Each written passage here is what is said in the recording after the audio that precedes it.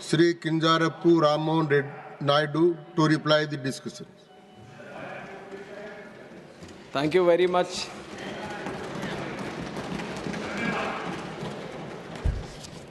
Thank you very much, sir, for giving me the opportunity. And in fact, I would like to start by giving my thanks to all the speakers who have participated in this important bill. And right from Syed Nasir Hussain ji, Raghav Chadda ji, Shambhu Patel ji, Sagarika Ghosh ji, Kanimoy ji, Ghanshyam Tiwari ji, Ramji Lal Suman ji, Niranjan Reddy ji, Shri Brijlal ji, Sulata Dev ji, HD, former Prime Minister who is also here, HD Devegowda ji, Fauzia Khan ji, Santosh Kumar ji, Bhim Singh ji, Haris Biran ji, Geeta Chandra Prabha ji, A. Rahim ji, Parmal Salam Singh ji, Mission Ranjan Das ji, Ramchandra Jangra ji, Ajit Madhavrao ji, Priyanka Chaturvedi ji and Sushmita Dev ji. And I thank each and everyone who has heartfully participated in this debate. And through this debate, many suggestions which are very, very important for us as a ministry to know. Some of the feedback is very, very important for us to know that has come through all the speakers. And some have maybe crossed the line a little bit and used this debate for their own political purposes. I would not delve too deep into that because that is something the opposition, it has a right to do it and it keeps doing it all the time. But I'll keep the debate very positive and I'd like to comment on all the important suggestions that have come in. And I would like to start also by addressing the elephant in the room, which is about the name of the act, Bharatiya Vayuyan Vidhayak. I also understand that it might be a little difficult thing to pronounce for a lot of people. गले में अटकता होगा ये, पर कोई शर्मिंदा की बात नहीं है इसमें.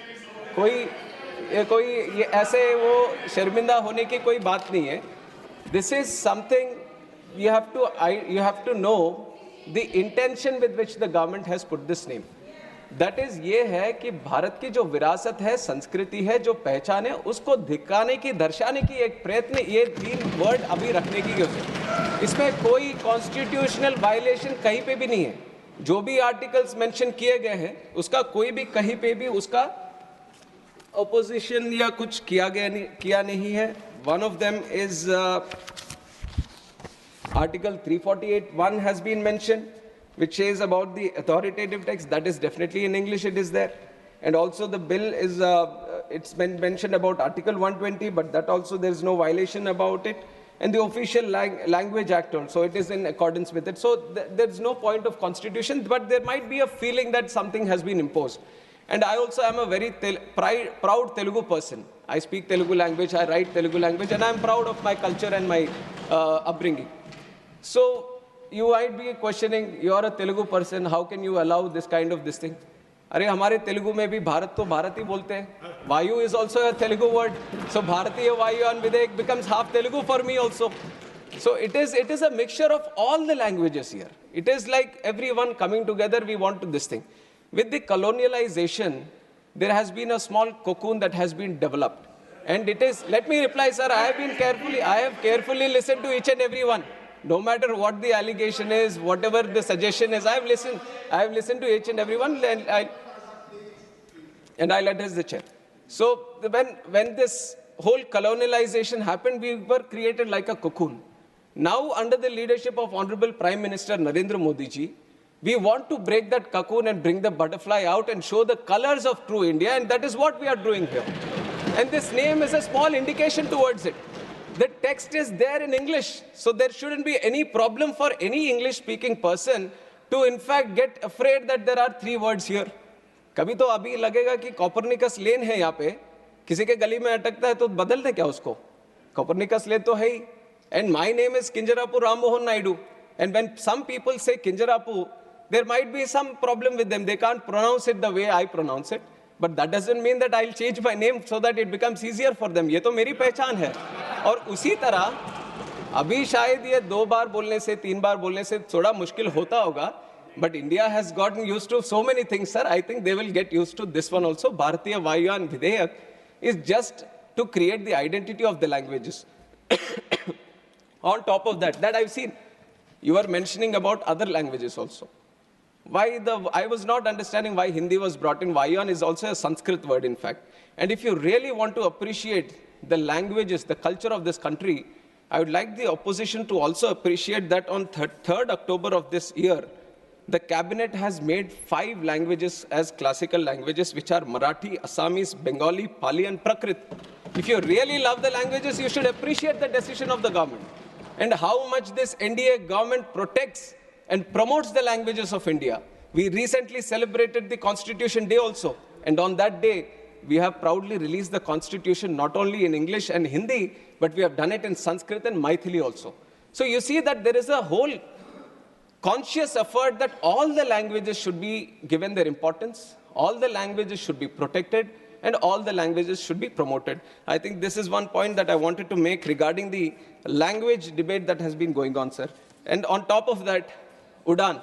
I have already given the numbers during my opening speech also on how the numbers have doubled, in fact, from 2014 to 2024. Now we have gone through the numbers. We have seen all the airports coming up. We have seen the lot of passenger traffic being increased. Sometimes when we go through it, when it becomes a normality, we kind of feel that it's just a regular thing that has been happening. But if you have to compare it with the other developing countries or developed countries, then you would see that how doubling a number in 10 years is very, very difficult, sir. And that is something which has been a challenge for India also. And that challenge has been successfully addressed, and we have doubled the number of airports, doubled the number of passenger traffic that we have, and doubled the number of aircraft fleet. But for us, I can proudly say, under the leadership of Modi ji, aviation is not just looked upon as how many. I also agree to a certain point that it's not about just the numbers. Numbers I'm giving to show you a picture on how much progress we have made. But if you look at the true sense on why we want to promote aviation, why we want to make it one of the best sectors in the country, in the whole world, because when we talk about aviation, we talk about tourism. When we talk about aviation, we talk about economic activity. When we talk about aviation, we talk about real estate growth. We talk about job creation. When we talk about aviation, we talk about industry. When we talk about aviation, we talk about commerce, we talk about trade. And we talk about aviation, we talk about culture. And when we talk about aviation, we talk about agriculture also. And that is why aviation is a very important nodal sector that needs to be given that push. And with this idea, I'll get some water, sir. Please. And it is with this idea that the whole aviation sector has been thoroughly, deeply understood on what the true potential India can have. And we have seen that there are multiple gaps also. Now 90,000 crores capex has been put into the infrastructure to create the infrastructure in airport infrastructure. But creating infrastructure, that itself is one challenge. And when I took the charge as a minister for this aviation, sir, I have promised the people of this country that, ma'am, thank you.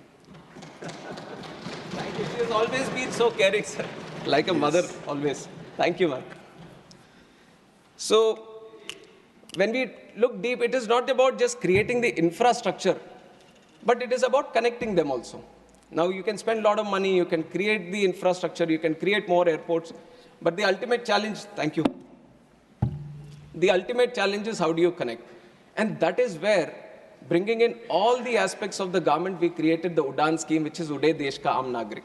Through the UDAN scheme, the challenge of these airlines, because it is a market-driven industry, where they feel there might be a non-viability in running a route, the government has taken the responsibility a little bit on himself, and it has said that why don't we provide the viability gap funding? It was the first time that it has been done at such a large scale, and through the UDAN scheme, now we have started 609 routes in the country in just 8 years span of time. Nowhere in the world you would have seen such a scheme, which has been run by the government itself, so that the non-viable routes, the airlines can come and start the routes and facilitating the routes.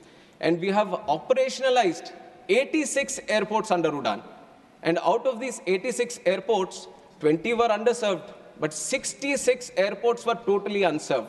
What I mean by unserved is that not a single flight was going to these airports. But that was a challenge the government has taken up. Now we have constructed the airports, but we have to start the airline connectivity also.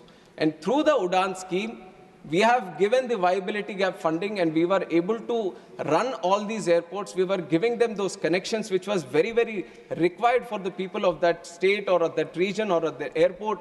And we have operationalized 86. and we can proudly say that UDAN has been a real success story of the Indian aviation, which are showcasing to the whole world under the leadership of Narendra Modi ji.